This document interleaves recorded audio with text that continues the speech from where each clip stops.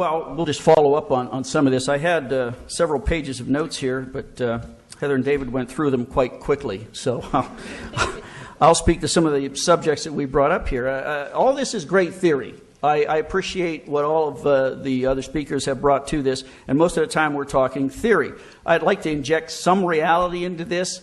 I'm going to submit that I'm probably the only one on the stage that's been waterboarded. I don't consider it torture, but by no means do I consider it pleasant, and it's not something you sign up to do, for your summer camp. The Air Force did it during our training to show us what it was like. The purpose of it was to show us the treatment that we could expect as potential prisoners of war. And the point was made, and I want to underscore this, never in our history have we gone into a conflict and our prisoners been treated right. The Geneva Convention was an attempt to make that happen. I submit that it has failed miserably. It restricts what we can do. We make sure we treat people right, and we get no reciprocal treatment at all. So it does not work. Now, John McCain will tell you that torture doesn't work and that he's against it because of his experiences in North Vietnam. No one can take away the fact that he was brutally treated, brutally tortured, and he has the gravitas to address this issue. But you have to understand that John McCain was the victim of torture for the infliction of pain. The Vietnamese were great at that. They could hurt you. They could make you say things that maybe you didn't want to say. For the most part, our prisoners did very well. They gave up what they thought their interrogators wanted to hear, which is the biggest threat you have when you resort to torture. Whoever you're torturing, the subject, is going to tell you what he thinks you want to hear. Just like a defector, we've seen how bad information leads to bad actions. Remember Curveball, the bad information about the Iraqi mobile labs. This is another instance where people tell you things they want to hear. Someone being tortured will tell you anything to stop the pain, to stop the treatment. Waterboarding, someone mentioned figure 60 to 90 seconds. I can tell you that after about 35 seconds, I was ready to tell them anything they wanted to hear, and I knew this was an exercise. And in the back of your mind, your instructors are telling you, project yourself into the situation. Imagine this to be real. I survived by telling myself, I know this is a game, and they're going to let me up before I drown. So there is that reflex, and waterboarding is so powerful that it will make you say something.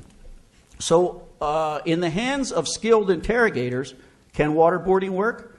Absolutely, but you have to know what you're doing. The North Vietnamese did not know what they were doing.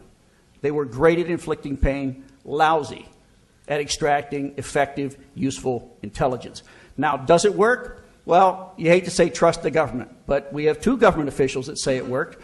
That would be the former Director of Central Intelligence, George Tenet, and the Director of the Bin Laden Unit, Alex Station, Dr. Mike Shore. You've seen him on television. He's making the rounds. I think he has a book out. So it can be effective if it's done properly. The question is not can we do it? The question is should we do it? And that's where we have to decide, or is the tough interrogation of these suspects necessary?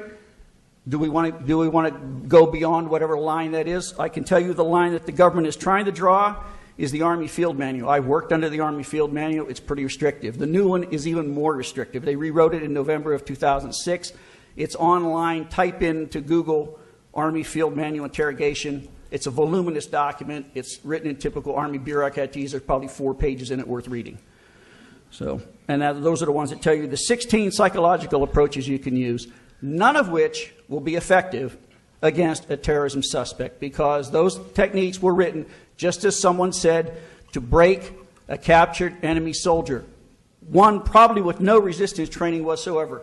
When we started taking large amounts of prisoners in Desert Storm, we had thousands, tens of thousands of Iraqi prisoners that we had to interrogate. We had to assess and determine if they were worth questioning. And once we determined if they were worth questioning, most of the time, if you asked them a question, they gave you the answer.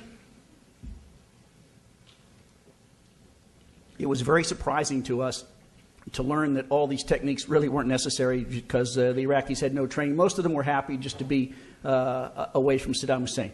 Very powerful tool. The ones that did not want to cooperate with us, usually you found some major or lieutenant colonel in the Republican Guard that didn't want to talk to you. And that's when those techniques became somewhat effective. But there were always ones that would spit at you because they knew you couldn't hurt them. They knew the Americans followed the Geneva Conventions. They knew that you weren't going to hurt them. You couldn't touch them.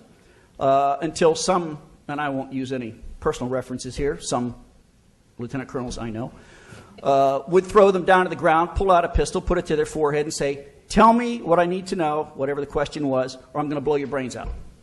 That now will get you thrown out of the Army without your retirement.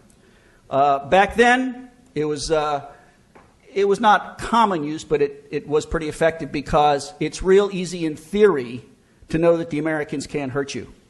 But when the gun is on your forehead, you're not sure if this is the one American that didn't get the memo. So this can be effective. Now, I think we have to be somewhat reticent in applying these forms of interrogation. But I think we would be foolish, absolutely foolish, to outlaw them. I think the president was right to veto any bill that limits what the CIA can do. And this is only limiting the CIA. The entire Department of Defense is already constrained by the Army Field Manual. The idea is to extend that to the entire government. I think that's a mistake. We still have to have this tool in our arsenal because some people in the government who've done this for a living say that it works. George Tenet said it saved lives. I don't know that to be true. I don't know it to be not true.